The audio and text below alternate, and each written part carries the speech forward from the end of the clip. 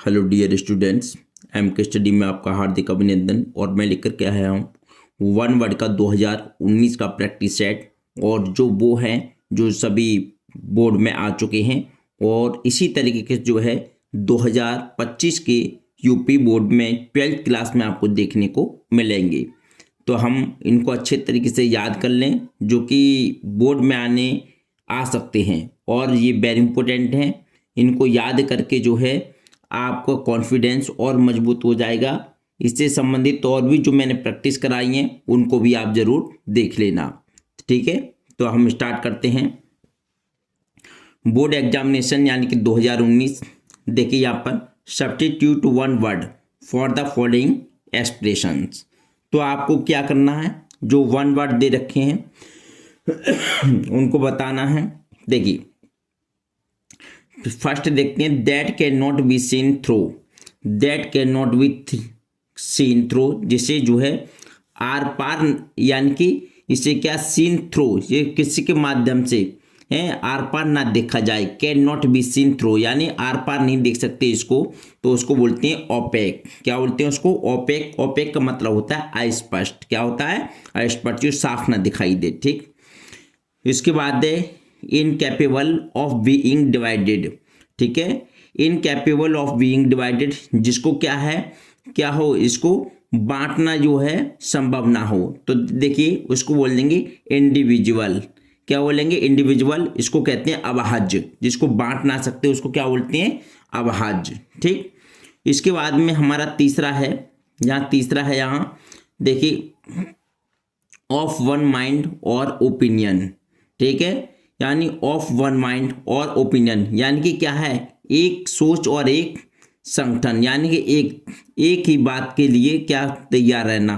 तो इसको बोलेंगे अनएनिमस। अनएनिमस का मतलब होता है एक मत होना। क्या होता है? इसका मतलब होता है अनएनिमस का मतलब होता है एक मत, ठीक है। तो of one mind of opinion, इस तरीके से आप याद करेंगे। तो हमारा फर्स्ट, सेकंड, थर्ड, ये हमारे 3 हो गए। इसके पश्चात देखते हैं हम चौथे नंबर पर देखते हैं, that which can not be corrected. That which can not be corrected, जो क्या है, जो सही नहीं हो सकता, उसको क्या बोलते हैं? इनकरेजिबल। क्या बोलते हैं? इनकरेजिबल, यानी कि जिसमें कोई संशोधन नहीं हो सकता उनको इनकरेजिबल बोलते हैं, यानी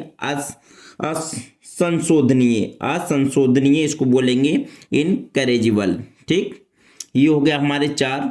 और इसके बाद में हमारा 5 है, one who knows many language.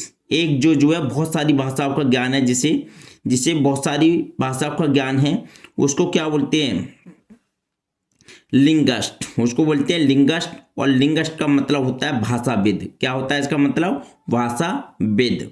उसके बाद में देखिए हमारा 6 है, ruler who has absolute authority, ठीक है। Ruler who has absolute authority, और तो इसका मतलब होगा यानी कि डायरेक्टर, यानी कि क्या है वो, डायरेक्टर नहीं, सॉरी, डिक्टेटर। डिक्टेटर का मतलब होता है तानाशाह। क्या होता है? डिक्टेटर, तानाशाह। यानी ruler who has absolute authority, जिसको केवल उसी को मतलब किसी नियम को लागू करने की पावर होती है जिसके अंदर, तो उसको बोलते हैं डिटेक्टर, यानी कि तानाशाह। क्या करता है? तानाशाह, जो अपनी चलाए केवल। उसके बाद देखेंगे one who is all powerful. एक जो ऑल पावरफुल होता है, क्या होता है? ऑल पावरफुल होता है, तो उसको बोलते हैं ओमनीपोटेंट। क्या बोलते हैं उसको? ओमनीपोटेंट बोलते हैं। और ओमनीपोटेंट का मतलब होता है सर्वशक्तिमान। क्या होता है? सर्वशक्तिमान, ठीक। इसका मतलब होता है सर्वशक्तिमान। अब इसके पश्चात देखेंगे 8th नंबर है, the life history of a man written by himself. एक जो है द लाइफ हिस्ट्री मतलब जीवन का इतिहास, a man written by himself, जो स्वयं के द्वारा लिखा जाता है, उसको क्या बोलते हैं? उसको बोलते हैं ऑटोबायोग्राफी। क्या बोलते हैं उसको? ऑटोबायोग्राफी। और ऑटोबायोग्राफी का मतलब होता है आत्मकथा। क्या मतलब होता है इसका? आत्मकथा, ठीक है। जो खुद के द्वारा लिखी जाती है, ठीक है, उसको आत्मकथा बोलते हैं। इसके बाद हमारा नंबर है one who has great love for one's country, यानी कि one who has great love, जिसके एक मतलब बहुत ज़्यादा प्यार करता है, फॉर वंस कंट्री, जो कि अपने देश से, एक जो अपने देश से जो प्रेम करता है उसको बोलते हैं पैट्रियोट। क्या बोलते हैं उसको? पैट्रियोट। और पैट्रियोट का मतलब होता है हमारा देशभक्त। क्या होता है? देशभक्त। उसके पश्चात हमारा है 10वां है। उसके बाद क्या है? ये 10वां है। और इसके लिए देखिए, ए disease that spreads over a large area. ठीक है, ए डिसीज कहते हैं एक बीमारी, दैट जो कि स्प्रेड फैल जाती है ओवर ए लार्ज एरिया, एक बड़े स्तर पर या बड़े क्षेत्र में फैल जाती है, उसको बोलते हैं एपिडेमिक। क्या बोलते हैं इसको? एपिडेमिक। और एपिडेमिक का मतलब होता है महामारी। क्या होता है इसका मतलब? महामारी। ठीक। इसके पश्चात होता है, देखिए इसके पश्चात हमारा 11वां है, और belonging to the same time. Belonging to the same time यानी कि जो क्या होता है वो सेम टाइम मतलब एक जैसे समय में हो, उसको बोलते हैं, क्या बोलते हैं? यानी कि कंटेम्परेरी। कंटेम्परेरी, और कंटेम्परेरी का मतलब होता है समकालीन। क्या हो? समकालीन। ठीक। इसके पश्चात है a place where dead bodies are kept. A place, एक स्थान, वेयर जहां डेड बॉडीज आर केप्ट, जहां पर जो है मरे हुए शरीर रखे जाते हैं, उसको बोलते हैं मर्चरी। उसको क्या बोलते हैं? मर्चरी। जैसे जो बड़े बड़े हॉस्पिटल होते हैं उसमें बॉडी को, डेड बॉडी को रखा जाता है, उसको बोलते हैं मर्चरी। इसका मतलब होता है शवगृह। इसका मतलब क्या होता है?